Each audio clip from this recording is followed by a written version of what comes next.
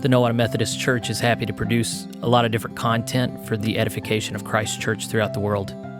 This daily segment that you're listening to right now corresponds with the Daily Bible Reading Challenge, which is hosted by Christ Church in Moscow, Idaho.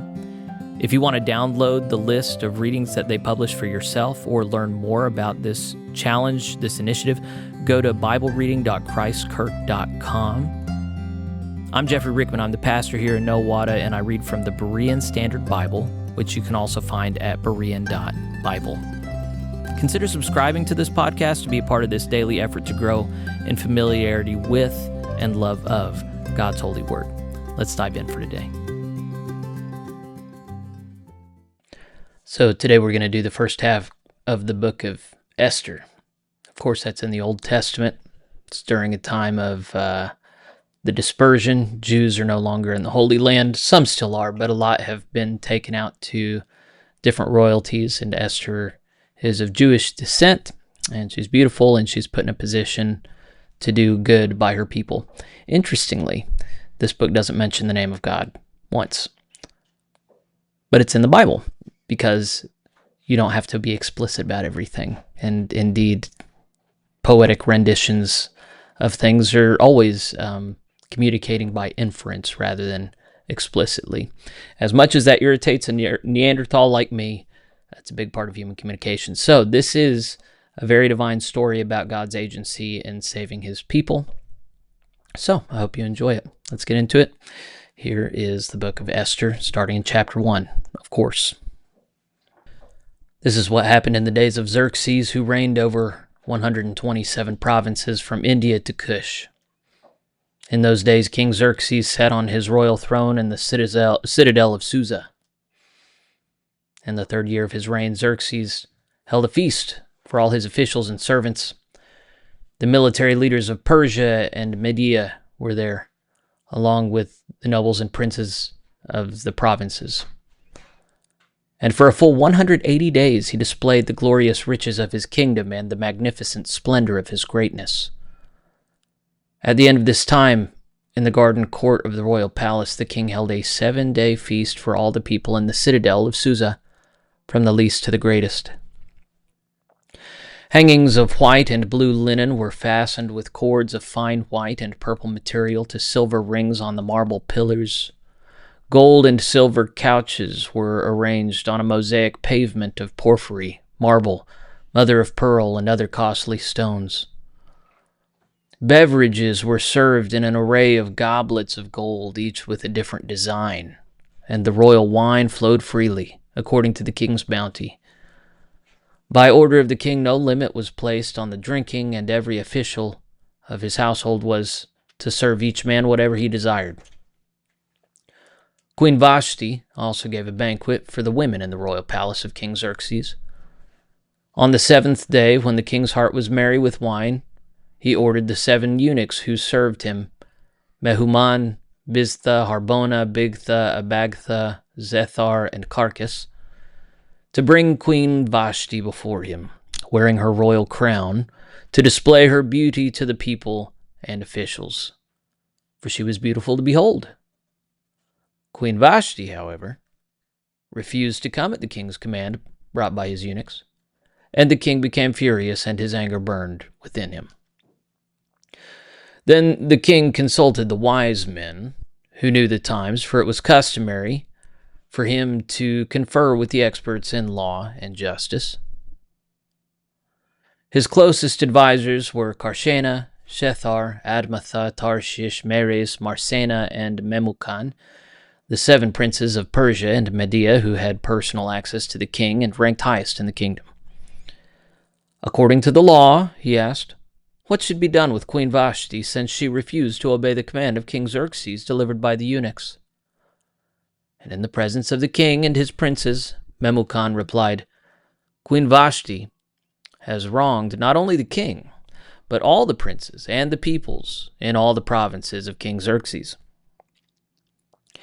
For the conduct of the queen will become known to all women, causing them to despise their husbands and say, King Xerxes ordered Queen Vashti to be brought in before him, but she did not come.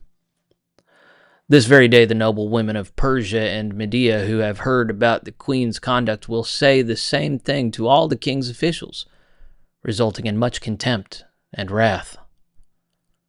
So if it pleases the king, let him issue a royal decree, and let it be recorded in the laws of Persia and Media so that it cannot be repealed, that Vashti shall never again enter the presence of King Xerxes, and that her royal position shall be given to a woman better than she. The edict the king issues will be heard throughout his vast kingdom, and so all women, from the least to the greatest, will honor their husbands. The king and his princes were pleased with this counsel, so the king did as Memucan had advised. He sent letters to all the provinces of the kingdom, to each province in its own script, and to each people in their own language, proclaiming that every man should be master of his own household. Esther chapter 2. Sometime later, when the anger of King Xerxes had subsided, he remembered Vashti and what she had done, and what had been decreed against her. Then the king's attendants proposed, "Let a search be made for beautiful young virgins for the king, and let the king appoint commissioners in each province of his kingdom to assemble all the beautiful young women into the harem at the citadel of Susa.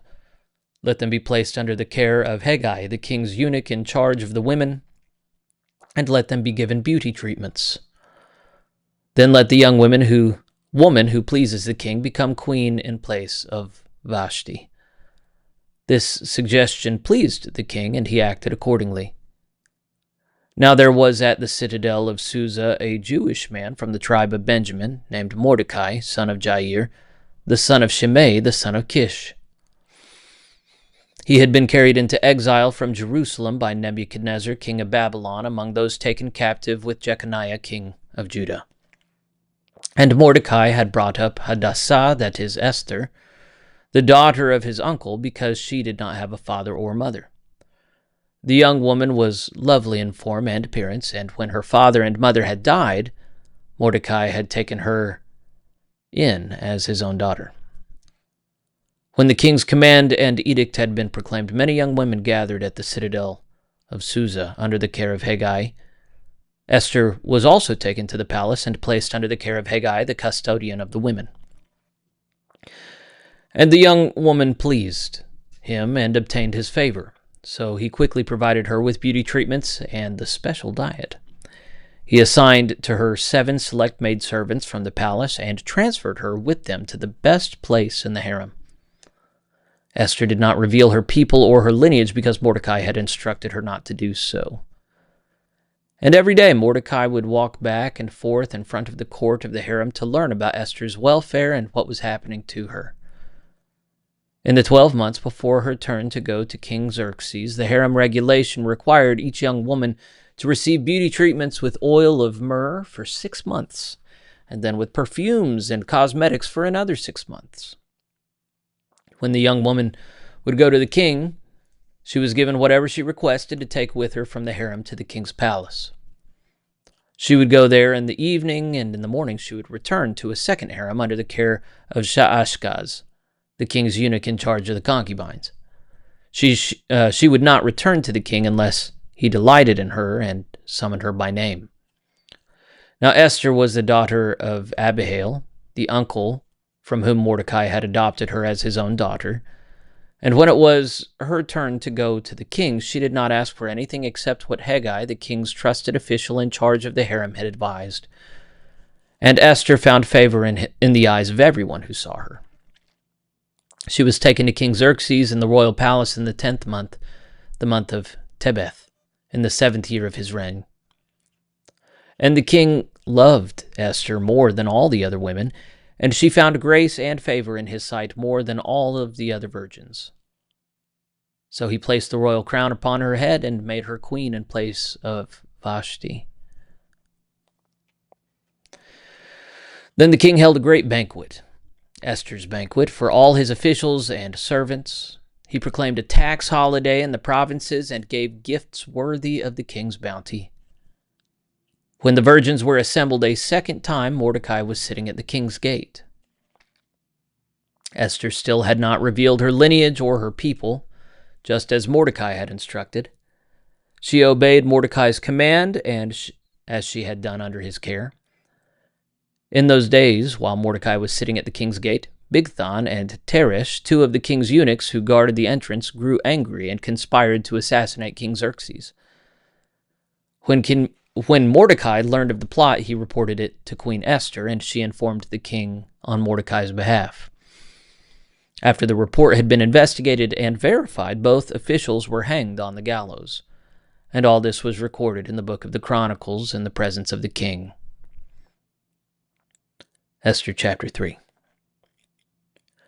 After these events, King Xerxes honored Haman, son of Hammedatha, the Agagite, elevating him to a position above all the princes who were with him. All the royal servants at the king's gate bowed down and paid homage to Haman because the king had commanded that this be done for him. But Mordecai would not bow down or pay homage. Then the royal servants at the king's gate asked Mordecai, "Why do you disobey the command of the king?" Day after day they warned him, but he would not comply. So they reported it to Haman to see whether Mordecai's behavior would be tolerated, since he had told them he was a Jew.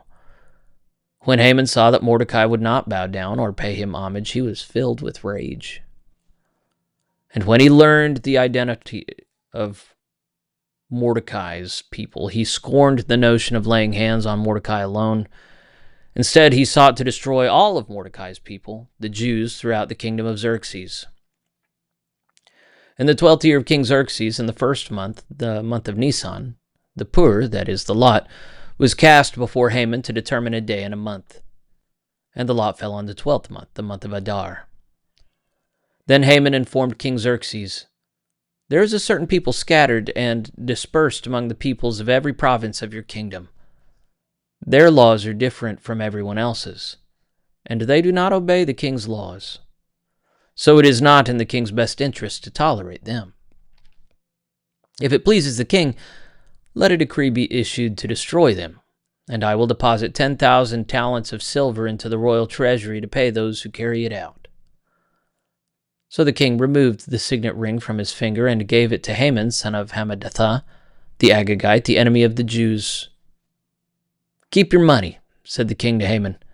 "These people are given to you to do with them as you please."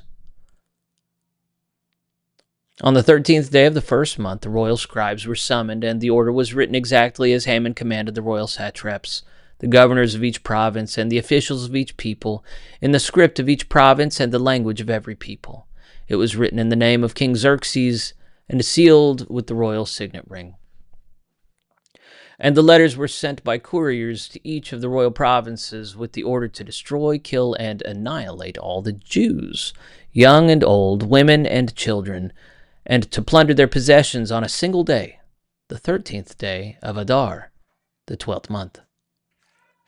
A copy of the text of the edict was to be issued in every province and published to all the people so that they would be ready on that day. The couriers left, spurred on by the king's command, and the edict was issued in the citadel of Susa. Then the king and Haman sat down to drink, but the city of Susa was in confusion. Esther chapter 4. When Mordecai learned of all that had happened, he tore his clothes, put on sackcloth and ashes, and went out into the middle of the city wailing loudly and bitterly. But he went only as far as the king's gate, because the law prohibited anyone wearing sackcloth from entering that gate. In every province to which the king's command and edict came, there was great mourning among the Jews. They fasted, wept, and lamented, and many lay in sackcloth and ashes. When Esther's maidens and eunuchs came and told her about Mordecai, the queen was overcome with distress. She sent clothes for Mordecai to wear instead of his sackcloth, but he would not accept them. Then Esther summoned Hathach, one of the king's eunuchs appointed to her, and she dispatched him to Mordecai to learn what was troubling him and why. So Hathach went out to Mordecai in the city square in front of the king's gate. And Mordecai told him all that had happened to him, including the exact amount of money that Haman had promised to pay into the royal treasury in order to destroy the Jews. Mordecai also gave Hathach a copy of the written decree issued in Susa for the destruction of the Jews, to show and explain to Esther, urging her to approach the king, implore his favor, and plead before him for her people. So Hathach went back and relayed Mordecai's response to Esther. Then Esther spoke to Hathach and instructed him to tell Mordecai, "All the royal officials and the people of the king's provinces know that one law applies to every man or woman who approaches the king in the inner court without being summoned, that he be put to death. Only if the king extends the gold scepter may that person live. But I have not been summoned to appear before the king for the past 30 days. When Esther's words were relayed to Mordecai, he sent back to her this reply: "Do not imagine that because you are in the king's palace, you alone will escape the fate of all the Jews.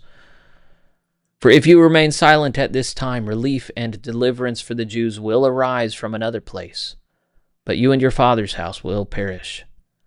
And who knows if perhaps you have come to the kingdom for such a time as this?"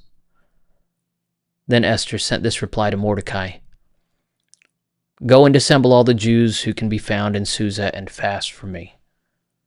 Do not eat or drink for 3 days, night or day, and I and my maidens will fast as you do. After that I will go to the king, even though it is against the law. And if I perish, I perish." So Mordecai went and did all that Esther had instructed him. Esther chapter 5.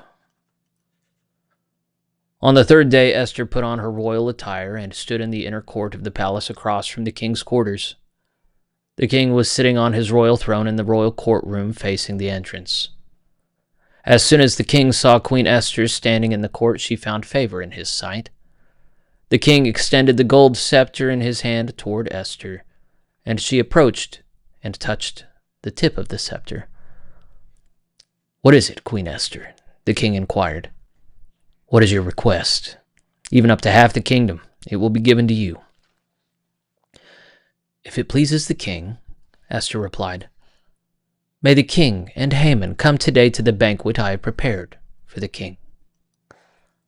"Hurry," commanded the king, "and bring Haman, so we can do as Esther has requested." So the king and Haman went to the banquet that Esther had prepared. And as they drank their wine, the king said to Esther, "What is your petition? It will be given to you. What is your request? Even up to half the kingdom, it will be fulfilled." Esther replied, "This is my petition and my request. If I have found favor in the sight of the king, and if it pleases the king to grant my petition and fulfill my request, may the king and Haman come tomorrow to the banquet I prepare for them. Then I will answer the king's question." That day Haman went out full of joy and glad of heart. At the king's gate, however, he saw Mordecai, who did not rise or tremble in fear at his presence. And Haman was filled with rage toward Mordecai. Nevertheless, Haman restrained himself and went home.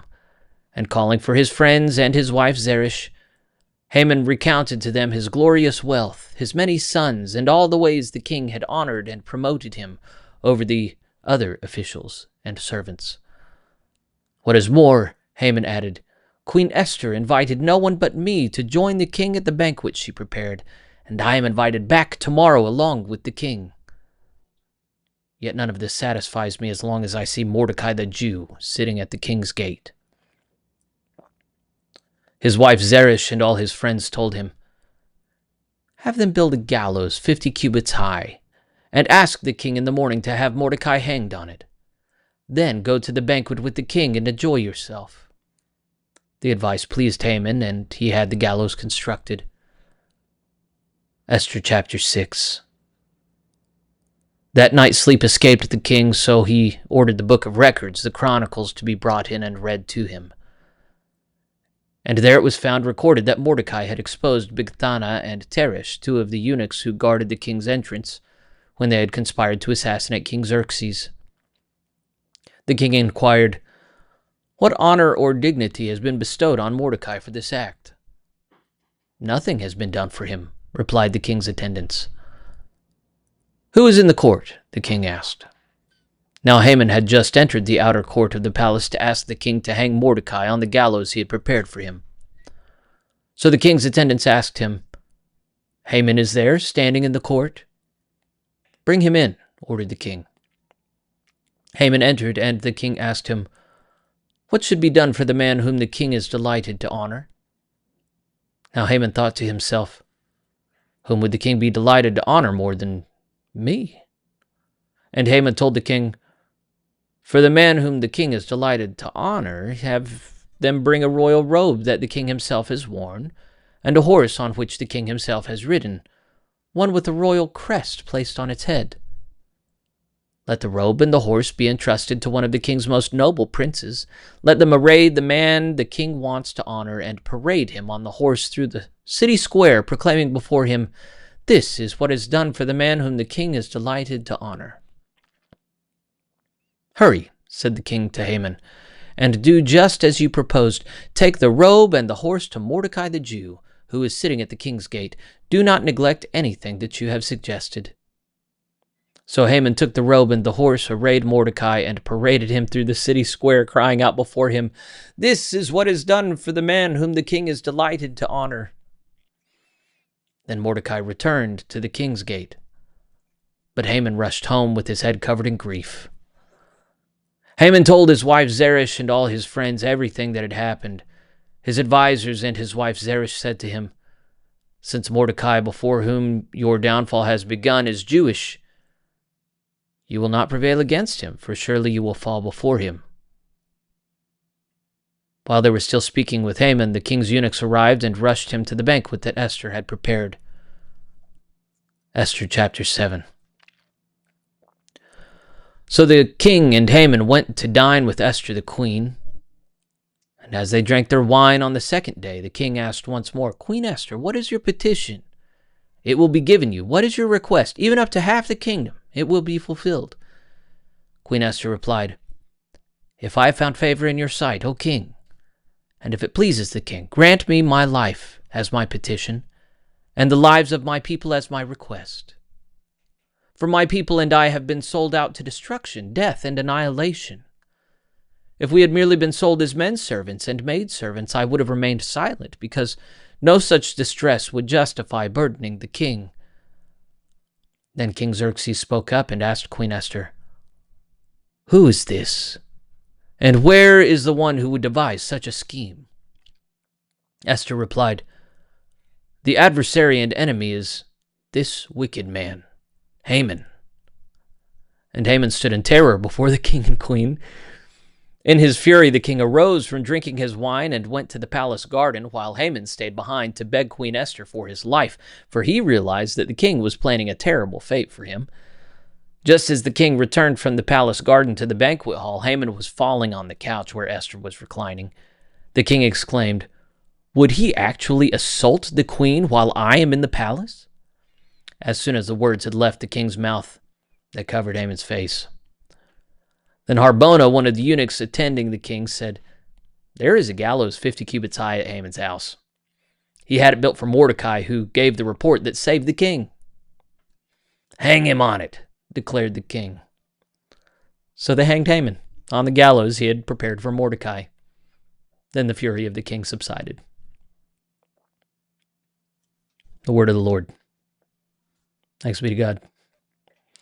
So, friends, that's what the justice of the Lord looks like, and it's quite a thing to behold. Sometimes things seem really helpless, and they're not. So, take heart. God's justice is good, and even when it doesn't come this side of heaven, there's a whole eternity stretching out. So, be prepared. That'll end our time today. We'll pick up tomorrow. See you then.